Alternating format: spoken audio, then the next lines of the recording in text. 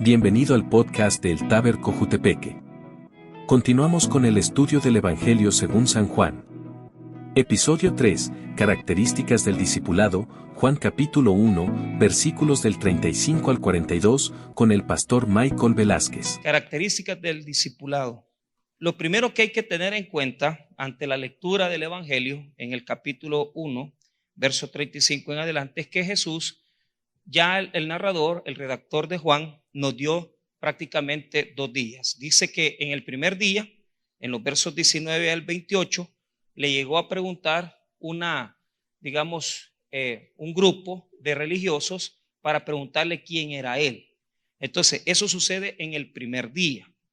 Luego, al siguiente día, como dice el 29, dice, al siguiente día vio Juan a Jesús que venía a él. Entonces, el segundo día. Y ahora el narrador comienza un nuevo día. Mira el versículo 35. El siguiente día, otra vez estaba Juan y 2 de sus discípulos. Entonces, ¿por qué? Porque el que escribe el Evangelio de Juan, el redactor, va a hablar de una nueva creación. Por eso es que está citando día por día. Al final, cuando sumemos, nos van a dar los 7 días de la creación. Y esto, ¿por qué, pastor? Porque el escritor está diciéndonos, con Jesús comienza la gracia, comienza algo nuevo. Por eso es que inicia diciéndonos otro día. Y así va a pasar, porque en el verso 43, ahí vamos a llegar al cuarto día. El siguiente día quiso Jesús ir a Galilea. Entonces ahí ya van 4 días de una nueva creación. Ahorita ya llevamos 4. Muy bien. ¿Qué tengo que decirles con respecto a estos versículos? En primer lugar, vamos a sacar 4 características de la lectura. Esto es para que se lea. Primero, la forma en que presenta Juan la elección de los discípulos es diferente a la de los sinópticos. A Mateo, Marcos y Lucas es distinta. ¿En qué cambia? Pregunte conmigo en qué cambia. Cuando en Marcos, Mateo y Lucas, Jesús llega y los ve pescando y él los invita a seguirle a él. En Juan no los encuentra pescando. Primer elemento, no los encuentra pescando. Y en segundo lugar, tampoco les dice, sígueme, sino que son ellos los que lo buscan a él. O sea, si bien es cierto, Felipe, sí Jesús lo va a buscar, pero eso es una excepción a la regla. Entonces, cambia totalmente. No es igual. Son 2 tradiciones distintas. No son iguales. Y en los seminarios uno tarda mucho tiempo en explicar cómo se ordena. Pero yo no voy a explicarlo tan profundamente, sino que cada uno de los evangelios tiene su forma de redactarse, pero ya voy a dar una justificación sencilla.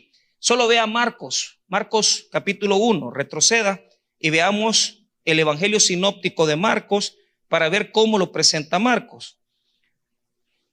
Dice Marcos 1:16. Andando junto al mar de Galilea, Marcos 1:16, vio a Simón y a Andrés su hermano, que echaban la red en el mar, porque eran pescadores. Y les dijo Jesús, venid en pos de mí, y haré que seáis pescadores de hombres. Y dejando luego sus redes, le siguieron. Pasando allí un poco más adelante, vio a Jacobo hijo de Zebedeo, y a Juan hermano, también ellos en la barca, que remendaban las redes. Y luego los llamó, y dejando a su padre Zebedeo en la barca con los jornaleros, le siguieron. Entonces, note lo siguiente, diga conmigo parejas. La forma de los sinópticos, como lo presenta Mateo, Marcos y Lucas, es que elige parejas de hermanos. La primera pareja de hermanos es la pareja de hermanos de Pedro y Andrés. Pedro y Andrés son hermanitos en sangre. Y su segundo grupo, que sería Juan y Jacobo. O sea, serían 2 parejas de hermanitos. Uno, Andrés y Pedro, su hermano, y el segundo grupo sería por Jacobo y Juan, su hermano. Entonces, los 4 son pescadores y los encuentra prácticamente limpiando la red. Entonces, Mateo, Marcos y Lucas nos da una información que no es igual a la del Evangelio de Juan. ¿Por qué? La respuesta sería sencilla. Yo no me voy a complicar mucho con esto. Dicen los exegetas, yo no comparto algunas posturas, pero piensan que lo primero fue Juan. Es decir, lo que Juan está contándonos, aunque Juan se escribe después, en el año 100, él está contándonos algo que los sinópticos no nos habían dicho. Que cuando Jesús llegó a invitarlos, ya de alguna manera ellos lo conocían. Eso es lo que presumen los teólogos, eso es lo que presumen los exegetas, que lo primero fue Juan. Yo pienso que son diferentes. O sea, lo que quiso Juan es presentarnos una forma distinta de presentar la elección de los discípulos, porque Juan tiene su propia tradición. Pero si usted lo ordena así, por ejemplo, que al principio ellos comenzaron a buscarlo y después, la diferencia es esta, es que en Juan todavía no dejan de ser pescadores, siguen en la pesca. Entonces llega un momento donde usted, que le ha gustado el mensaje de Jesús, le gusta la enseñanza de Jesús y se siente invitado por Jesús, usted lo deja todo y comienza a seguirlo totalmente. Entonces, lo que dice Marcos sería cuando ya ellos dejan todo para seguir a Jesús. Diga conmigo, dejarlo todo. Una característica de Jesús es que Él fíjese que yo siempre he pensado esto, creo que no siempre se cumple, pero Él nos llama y Él nos hace primero nos hace hijos de Dios, pero Él no nos obliga. Si usted quiere servirle, si usted no quiere servirle, Él no obliga a nadie. Y yo he entendido que entre que nos llama a ser salvos, entre ese momento y comenzar a servirle hay una etapa, pero Él se da el tiempo, es decir, no nos obliga, no nos doble el brazo a que tengamos que venir y abandonar todas las cosas para seguirle. Lo que sí nos pide es que Él sea lo primero. Entonces, no hay que confundir. Es decir, hay personas que son muy radicales en esto y dicen, si usted ya aceptó a Cristo, bautícese ya y vaya a servir, a ganar almas. Fíjese que eso ha traído buenas y malas cosas. En muchas ocasiones los que comienzan a servir recién convertidos, les va bien, sirven y se quedan, pero en muchas ocasiones eso les trae daño, porque ante la situación de comenzar sin tener mucha experiencia, cometen errores, fallas, se desaniman, agarran las cosas de Dios en serio y después se sueltan. Entonces, lo primero que podemos sacar aquí es que el llamado de Dios es personal. Amén. Diga conmigo, es personal. Y con cada uno tiene un trato. O sea, Dios no va a llamar igual a usted, no lo va a llamar igual a usted que a otro servidor. Dios tiene diferentes formas de llamar. Y no hay un molde. Lo que sí sabemos es que sí, en un momento les seguimos sin mucho compromiso. Y después como que hoy sí me voy a comprometer con Dios. Y eso les pasa a muchos que están todavía coqueteando con el evangelio, pero Dios tiene su tiempo. Y usted va y pasó ya un año y no pasó nada, pero ya el año 2 como que sucedió algo que lo comprometió con Dios. Y dice, hoy sí le voy a seguir sinceramente y le voy a seguir de corazón y voy a dejar algunas cosas por Él. Ahora, veamos la tradición de Juan. Ya vimos la de Marcos. Marcos dice que los halló pescando. La tradición de Juan la pone distinta. Vuelva conmigo a Juan 1, verso 35 en adelante. ¿Cómo la presenta el evangelio de Juan? Primero, nos habla de una pareja, pero esta pareja es un discípulo. O sea, el nombre de uno lo conocemos, el otro no lo dice, el otro lo presumimos. Entonces, el primero que llega donde Jesús es Andrés, hermano de Pedro. Entonces es bien interesante. ¿Por qué? Porque en los sinópticos Pedro siempre va adelante. Aquí no, aquí es Andresito. Por eso es que los Andreses, los que les ponemos nombres de Andrés, es como aquel que llega primero. Usted sabe que Andrés, como discípulo de Jesús, no tiene la misma envergadura que Pedro, que es tan conocido. Entonces Andrés es un discípulo que no es impulsivo, que llega donde Jesús a buscarlo. Pero lo interesante de Andrés es que Andrés siempre trae a alguien. Diga conmigo, Andrés siempre trae a alguien. Mire, si hay una misión que debemos de cumplir en la iglesia es de ser Andréses. Tal vez usted dice, pastor, a mí me cuesta evangelizar. Invite a alguien. O sea, hay gente que es así, que mire, lo invito a comer unas pupusitas el miércoles, véngase a conocer la iglesia. Y por esos ángeles es que nosotros estamos aquí en la casa de Dios, porque hay personas que nos han hablado, son Andréses, que nos han dicho, vaya a probar, hombre, venga y conozca. Y es muy bonito. O sea, yo reconozco que muchos en este momento quizás no evangelizamos como deberíamos de evangelizar. Pero ¿qué cuesta decir a una persona, mire, vamos a la iglesia? A mí, yo me acuerdo que cuando mis papás me estaban invitando a que fuera al tabernáculo, porque yo no quería ir, o sea, siempre mi papá me decía, vamos a comer, vamos. O sea, la trampita, el gancho era unas pupusas en la mañana, ¿va? Entonces, ahí en la cafetería, yo bien me acuerdo ese primer día que llegamos al tabernáculo, y yo me acuerdo las pupusas que nos comimos, me acuerdo más o menos la mesa donde nos sentamos. Y con esas pupusitas yo llegué al culto de jóvenes y ahí el evangelio hizo su obra y el Espíritu Santo. Pero a veces despreciamos, ¿verdad? Que no invitar gente porque tenemos pena, vergüenza. Andrés invita. Andrés siempre es el que invita, el que anda llevando a la gente. Segundo, el otro discípulo que llega donde Jesús, nosotros no tiene nombre en estos versos, pero sabemos que tuvo que ser el escritor mismo. Entonces, la mayoría de investigadores dicen, no, es que no pone el nombre porque es el que le escribe el evangelio. Entonces, se sabe que los primeros dos discípulos del evangelio de Juan son Andrés y Juan, el escritor del evangelio. Entonces, eso cambia totalmente la tradición sinóptica, porque la sinóptica dice que fueron parejas, Pedro con su hermano Andrés y Juan y su hermano Jacobo. Aquí aparecen dos de esa tradición. Uno es Andrés y el otro es Juan, pero no dice el nombre. Si usted lee el verso 35 hasta el 51, no dice el nombre de quién es ese discípulo. Ahora, preguntémonos cómo. Diga conmigo cómo. Hay personas que andan buscando de Dios. Entonces, hay muchos discípulos que va a llegar al evangelio buscando más. Entonces, esto es interesante. Otro cambio más. Primer elemento. Ellos no están en el mar de Galilea, no están pescando. Están en el desierto con Juan el Bautista. Ese es otro cambio. O sea, no están pescando ahorita, andan buscando algo. ¿Qué es lo que andan haciendo? Son discípulos de Juan el Bautista.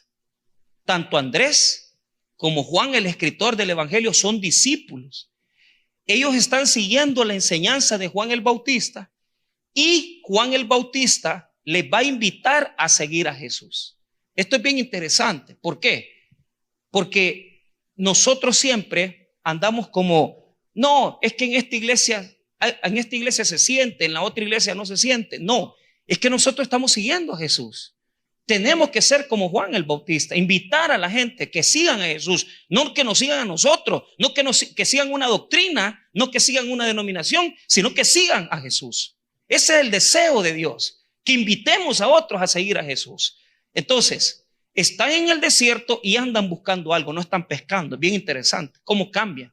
Pero vuelvo a repetir, Marcos se escribe en el 50 y pico y Juan se escribe en el 100 después de Cristo. O sea que sí podemos decir que nos quiere dar detalles que no nos habían dado. Y que los discípulos quizás conocieron previamente a Jesús antes que le dijeran, ven y sígueme, o sea, déjalo todo.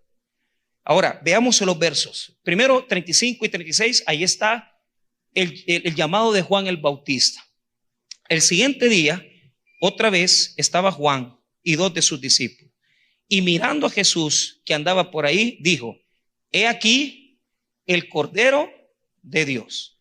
Nos parece similar a lo que ya había dicho el día siguiente.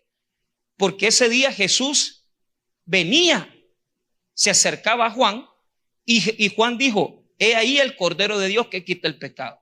En esta ocasión no. Jesús está pasando. Y lo que dice Juan el Bautista es, mire cómo lo presenta, mire cómo lo dice. Dice en el verso número 35. Y otra vez estaba Juan y 2 de sus discípulos. 36. Y mirando a Jesús que andaba por ahí. ¿Qué quiere decir? Que Jesús andaba. O sea, pasando iba. Pasando iba. Pero la palabra ver, cuando dice ahí el versículo cuando dice el versículo y mirando a Jesús. Cuando Juan el Bautista ve a Jesús en blepo, en griego, en blepei, quiere decir una mirada profunda. Diga conmigo, mirada profunda. O sea, Juan estaba ahí con 2 discípulos y de repente ve pasar a Jesús, pero ese ver quiere decir que veía más allá. No estaba viendo solo a Jesús, estaba viendo lo que él era, profundamente. Entonces le dice a los que estaban aquí, miren, allá va el verdadero, a mí no me sigan, sigan a Jesús, sigan a Jesús. Y eso es algo que yo les tengo que decir hoy. No veamos a hombres, veamos a Jesús. Siempre estamos viendo hombres, siempre estamos viendo líderes, siempre estamos viendo personas y las personas no fallan. Las personas siempre tienen errores, pero Jesús no tiene errores. Por eso usted tenga un compromiso sincero de enseñarle a la gente dónde está Jesús. ¿Qué dice Juan el Bautista? Mire lo que dice en el verso 36. Y mirando a Jesús que andaba por ahí, dijo, he aquí el Cordero de Dios. O sea, así. ¿De dónde venía Jesús? No sabemos. Pero el versículo parecería que nos dijera, ya viene de Dios. O sea, él viene de Dios. ¿Para dónde va Jesús? Tampoco sabemos. Pero Juan el Bautista dice, vean, ahí está a quien tienen que seguir, no a mí. Ahora veamos el impacto que tienen los 2 discípulos. Pero mire el impacto que tienen los 2 discípulos cuando Juan el Bautista les dice que él es el Cordero. 37. Le oyeron hablar los 2 discípulos y siguieron a Jesús. Qué precioso. O sea, la reacción de los 2 no es seguir a Juan el Bautista, sino que es seguir al Cordero. Porque el Cordero viene a sacrificarse. Jesús viene a dar todo por nosotros. Entonces los 2 discípulos reaccionan y dicen, ¿y para qué vamos a estar siguiendo a Juan el Bautista si el verdadero él es el Cordero? Y esto, hermano, es por esa situación que muchas veces se da constantemente, que peleamos por denominaciones, peleamos por iglesias. Si la pregunta es ¿a quién seguimos? La pregunta es ¿qué le imponemos a la gente antes de ser evangélico, católico, adventista? Si mirás, aquí no has de andar buscando esas cosas tú. Si quieres de buscar a Jesús, a mí enséñame a Jesús, yo a él lo quiero ver. A mí denominaciones y cosas, a mí no me interesa, yo quiero ver a Jesús. Y usted debe de saber que si está en un lugar es para seguir a Jesús y para seguirlo para siempre. No para seguirlo un rato, sino que es para que lo entierren siguiendo a Jesús. Muchos de nosotros ya estamos en digamos en las grandes ligas. Y es bien duro cuando uno se topa con situaciones de que, y creía en Dios o no creía. Fue a la iglesia, no, nunca fue. ¿Qué fundamento tenía? Y muchas veces nos quedamos con que no iba a ninguna iglesia, que no era de ninguna parte. Y es duro, o sea, porque uno sigue a Jesús para siempre, para siempre. O sea, desde que abandonaron a Juan el Bautista, ellos comenzaron a seguir a Jesús. Y Juan iba a escribir hasta el Apocalipsis. Y Andrés iba a ser uno de los grandes discípulos de Jesús. Iban a morir por la causa de Cristo. ¿Quién les iba a decir que iban a morir por Jesús? Pero ellos querían saber más. Ahora veamos el 38. Mira lo que dice. Y volviéndose Jesús y viendo que le seguían, les dijo, ¿qué buscáis? Ellos le dijeron, Rabí, que traducido es maestro, ¿dónde moras? Entonces, ¿qué es lo que sucede? Mire, aquí hay una pequeña, digamos, descripción de cómo Jesús era. O sea, él caminaba, estaba caminando. Juan el Bautista dice, ahí está el Cordero de Dios. Los dos, Andrés y Juan, comienzan a seguir a Jesús por la espalda y de repente Jesús se voltea a ver. O sea, pero que se voltee no era el problema. La gran pregunta es, ¿qué buscáis? Se les dice. Y esa es una gran pregunta que deberíamos de hacernos nosotros. ¿Qué buscamos en Jesús? ¿Qué buscamos en Jesús? ¿Estamos buscando un resolutor de problemas? ¿Estamos buscando? ¿Qué estamos buscando? ¿Quien nos prospere? ¿Quien nos dé más pistillo para estar mejor económicamente? Porque muchos buscamos a Jesús, pero ¿qué sucede? ¿Qué estamos buscando realmente? ¿Qué estamos buscando realmente? Entonces aquí debería de ser un elemento para el discípulo. Mire, yo le hago la pregunta, ¿qué busca? Y yo me la hago después de 27 años de ser cristiano. Yo me la pregunto, ¿qué busco en Jesús? Pues aquí hay una respuesta. Mire lo que dice. Le dijo, ¿qué buscáis?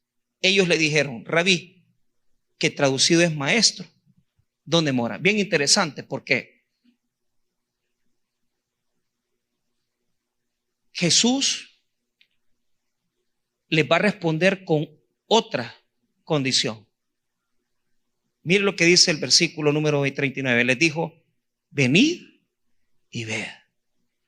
Entonces, la experiencia de Jesús es una experiencia donde nosotros tenemos que tener en claro que no es de aprender. Fíjese que es bien importante esto. ¿Por qué?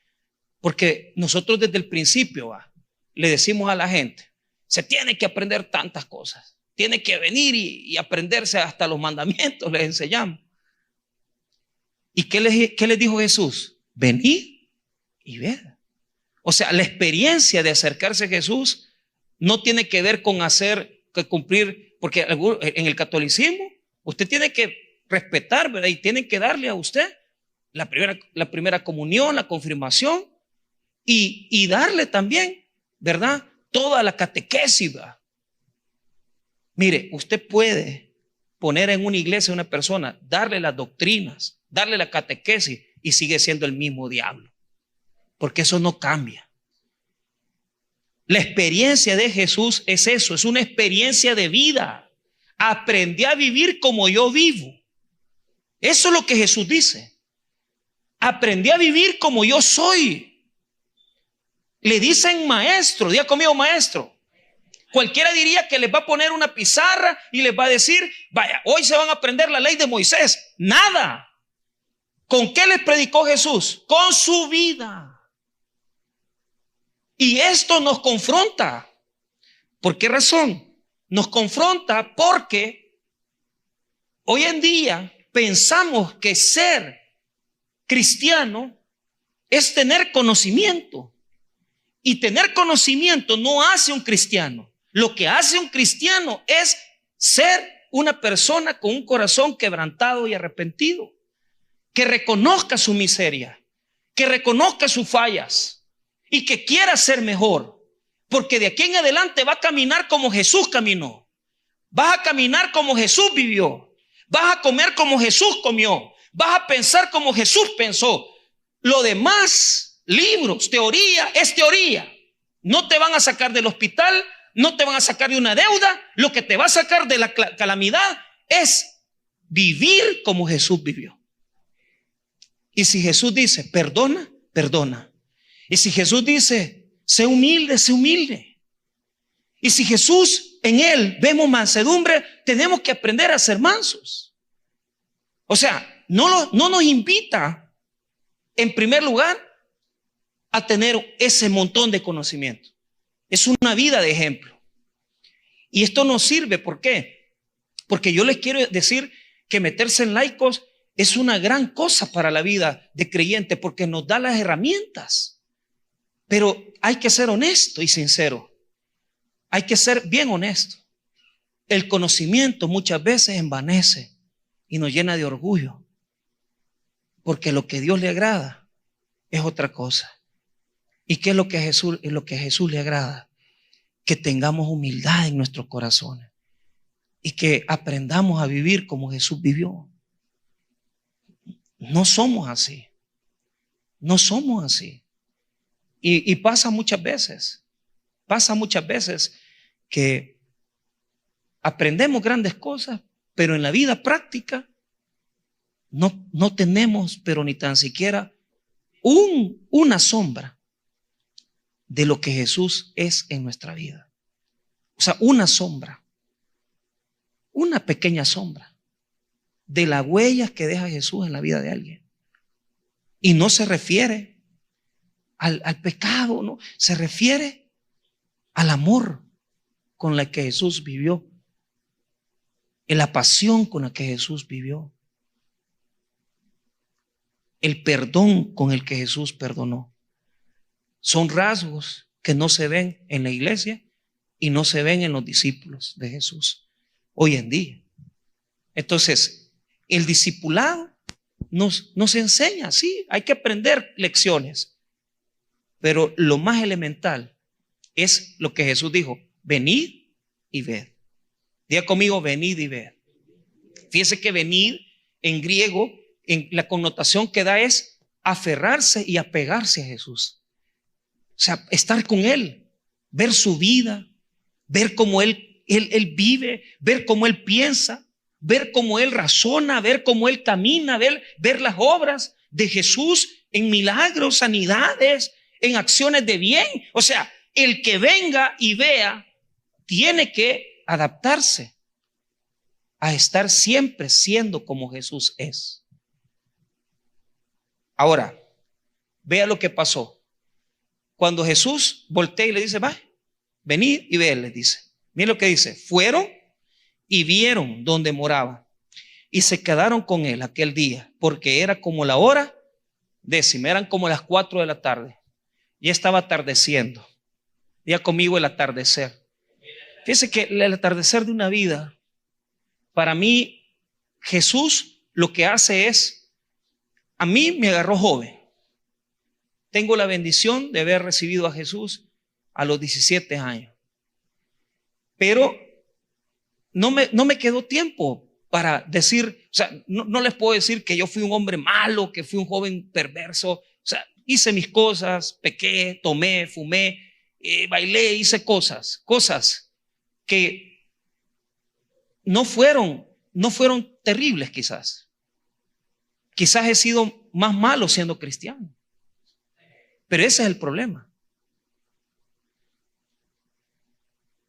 Que nosotros estamos destinados a que nuestra vida llegue a un atardecer, a un ocaso, morir a nosotros y comenzar una nueva vida en Jesús. Y la pregunta que nos hace hoy Jesús es esa: usted que es discípulo, usted que ya tiene días, ¿ha muerto a usted? ¿Ha comenzado un nuevo amanecer para usted? ¿O sigue en sus rencores, en su cerrazón de vida, en sus cosas, ¿verdad? Sus mañitas, sus faltas que nunca endereza?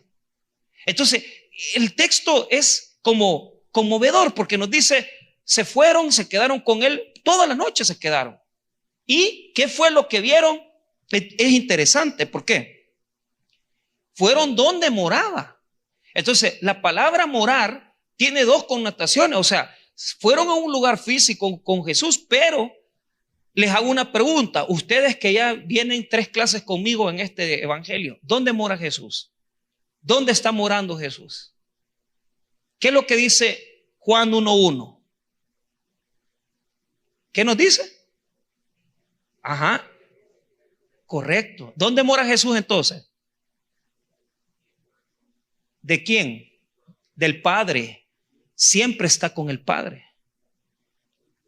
La morada de Jesús es estar con Dios. Si usted se ha metido a evangélico, no es para decir Dios le bendiga y ya acepté a Cristo como Señor y Salvador.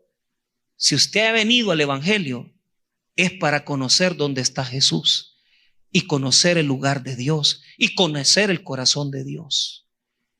O sea, Jesús nos dice: dejen de andar buscando solamente una simple y sencilla teoría de religión. Dejen de andar buscando religiones. Busquen una relación directa conmigo y yo los voy a llevar donde moro. ¿Y dónde mora Jesús? En el corazón del Padre. Conociendo a Jesús, deberíamos ya conocer el corazón de Dios. Conociendo a Jesús, deberíamos de dejar de ofendernos. Conociendo a Jesús, deberíamos de dejar la prepotencia. Conociendo a Jesús, deberíamos de derramar nuestro corazón ante el dolor y la tristeza y ser más obedientes a Jesús. Pero ¿qué hemos venido a hacer? A conocer religión, a conocer ser en un templo, ser bautistas, estar en el culto, en la alabanza. Eso no es nada. Podés por mucho tiempo predicar la palabra sin conocer a Jesús. Podés por mucho tiempo estar en una iglesia y no conocer a Jesús. ¿Por qué? Porque cuando Jesús está a punto de irse, Él les dice a los discípulos: voy con el Padre. ¿Y qué les dice Felipe? Felipe le dice: enséñanos al Padre, le dice. Y Jesús le dice: yo he estado con ustedes todo este tiempo y no han conocido al Padre. Porque las obras de Jesús revelaban el corazón de Dios. Y la pregunta que yo hago en esta noche es, sin acusarlos ni acosarlos: ¿las obras suyas revelan su relación con Jesucristo y con el Padre? Yo no le hablo, no estoy hablando de nada de adulterio, de amante. Yo no estoy hablando de nada de fumar, de tomar. La pregunta: ¿las obras suyas muestran una relación con Dios? ¿O sigue usted estando en oscuridad?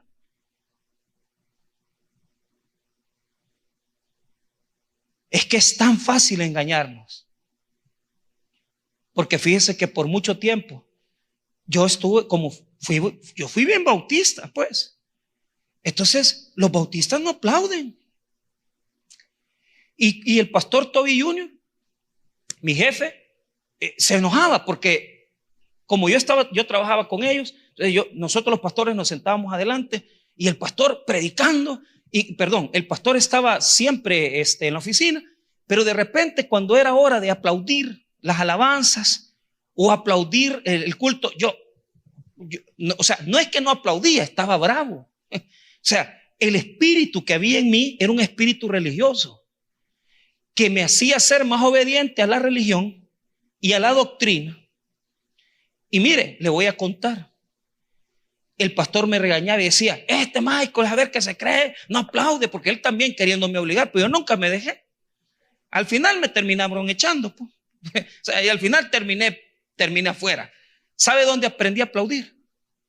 En mi dolor, en mis tristezas, cuando estaba acabado, cuando pasaba por el valle de sombra, porque allí me di cuenta que solamente cuando estamos en la penuria y en la oscuridad, es ahí donde dejamos todas aquellas cosas religiosas y no nos importa, porque nos hincamos ante Jesús, le aplaudimos, le cantamos, y cuando aprendemos que Jesús nos saca de todas nuestras dificultades, vemos la gracia de Dios y por eso aplaudimos, porque estamos agradecidos con Dios. Por mucho tiempo fui fiel a la doctrina, fui fiel a la religión, pero todo eso no me dio pago. Porque lo único que Jesús quiere es una relación directa con Él y con el Padre. No te engañes pensando que porque no fumas y no tomas ya hiciste todo. Necesitas conocer a Jesucristo y mostrar el amor de Jesús en todo lo que haces. En todo. Desde darle dinero a tus hijos en la mañana, desde darle a tu esposa para la comida, desde vestir a tu familia, hasta venir y quedarte callado cuando alguien te ofende. Eso es ser cristiano. No te vayas por el exterior. Busca a Jesús y revela la relación de Dios con tu vida directamente. Y vas a comenzar a iluminar la vida de mucha gente que ahorita solo ven oscuridad en ti. Y tú dices que eres bautista y tú que eres un gran cristianazo. Y no eres nada, porque el amor de Dios no lo revelas.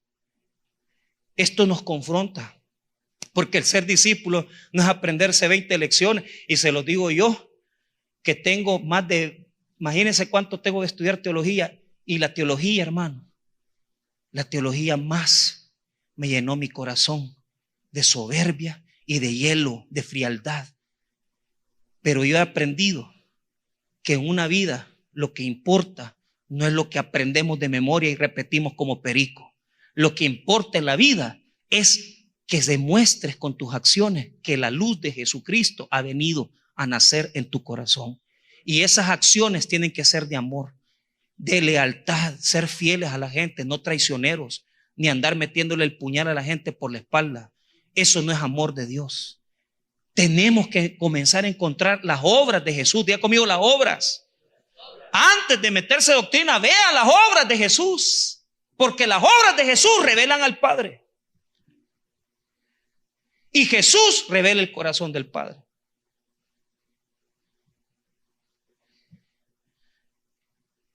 Un curso de discipulado rápido es meterse al seminario 4 años.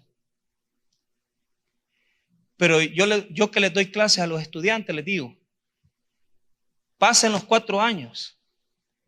El día que ustedes los estén ordenando y graduando, ese es el primer día de verdaderamente aprendizaje. Porque las materias verdaderas no las dan en el seminario. Las verdaderas materias las dan afuera, cuando ya uno se gradúa.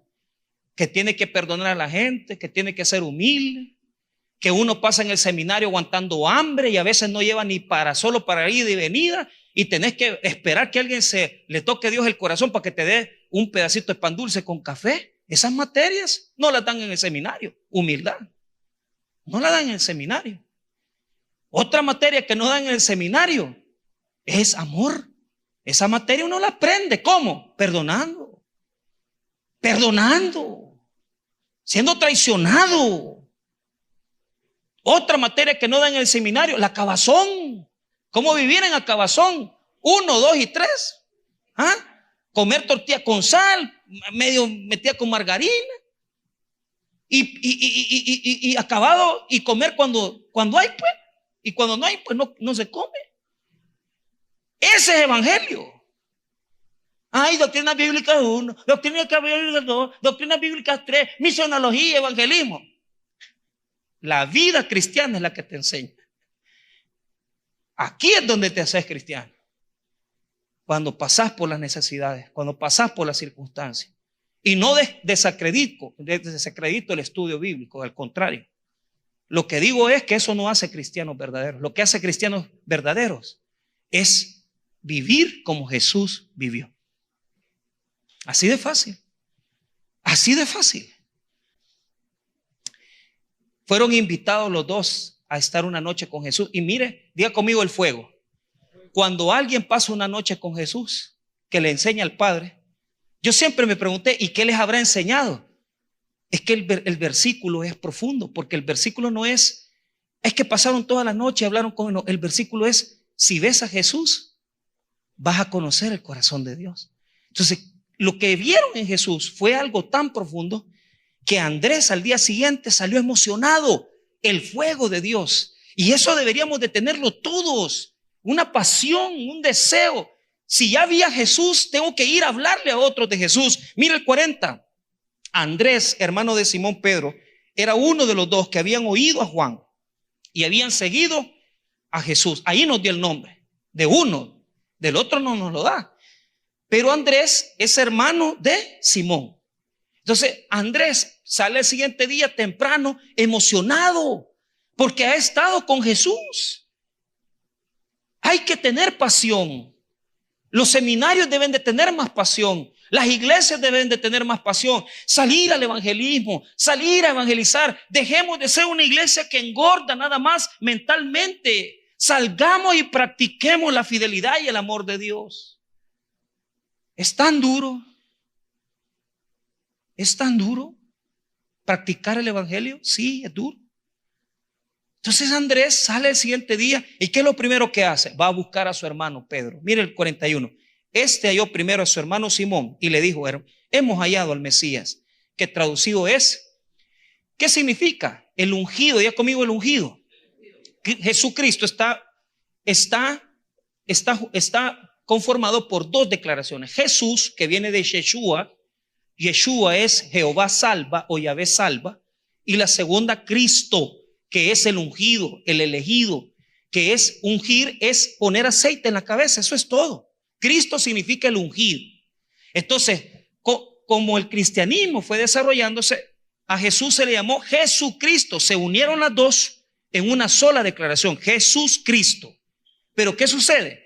El ungido, ellos ya, viene Andrés emocionado y dice, hemos hallado al ungido, dice, al que estábamos esperando, al Mesías, al que debía venir.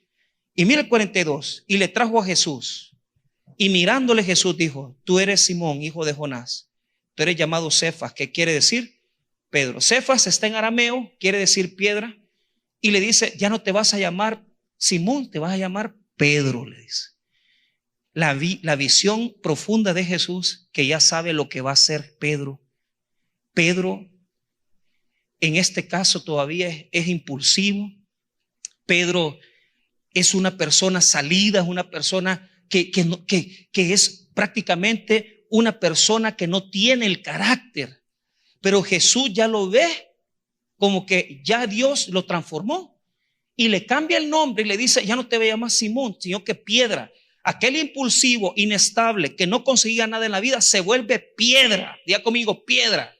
Ese es el carácter estable que debemos de tener los creyentes. Firmes, varones y mujeres de un sí y de un no. Hombres y mujeres enraizados, no más que solo en la persona de Jesucristo. Personas que le saben decir no al pecado, no a la desobediencia, como Pedro. ¿Qué me quiere decir este verso? Que desde que Jesús me conoció en el vientre de mi madre, Él ya sabía lo que iba a hacer con mi vida. Usted no está por casualidad. Si Jesús lo llamó, lo ha llamado a ser un discípulo de Él. Y Él quiere cosas maravillosas de su vida. Pedro, que fue el que le dijo a Jesús, ¿cómo va a ser que te vas a crucificar, Jesús? Vos no podés crucificarte. Pedro murió crucificado, igual que su maestro. Y en este momento el narrador nos explica que al principio Pedro no pensaba de esa forma. Pedro era distinto. Y yo me pongo a pensar cómo Dios me recogió a mí. Póngase a pensar cómo Dios lo recogió a usted, que no sabía nada de él, que era inestable, inseguro, pero Él ya sabía que un día usted iba a ser su hijo. Y usted se ha transformado en una persona diferente, porque el discipulado es para transformar vidas.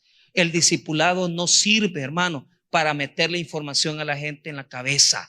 El discipulado sirve para poder transformar corazones y personas que después de conocer a Jesús ya no pueden ser igual, porque cuando ves la gloria de Jesús, tú eres diferente y tu vida también se transforma en luz para aquellos que no conocen al Señor. Seamos buenos discípulos y aprendamos a caminar en obediencia a nuestro Señor y Salvador Jesucristo. Vamos a orar.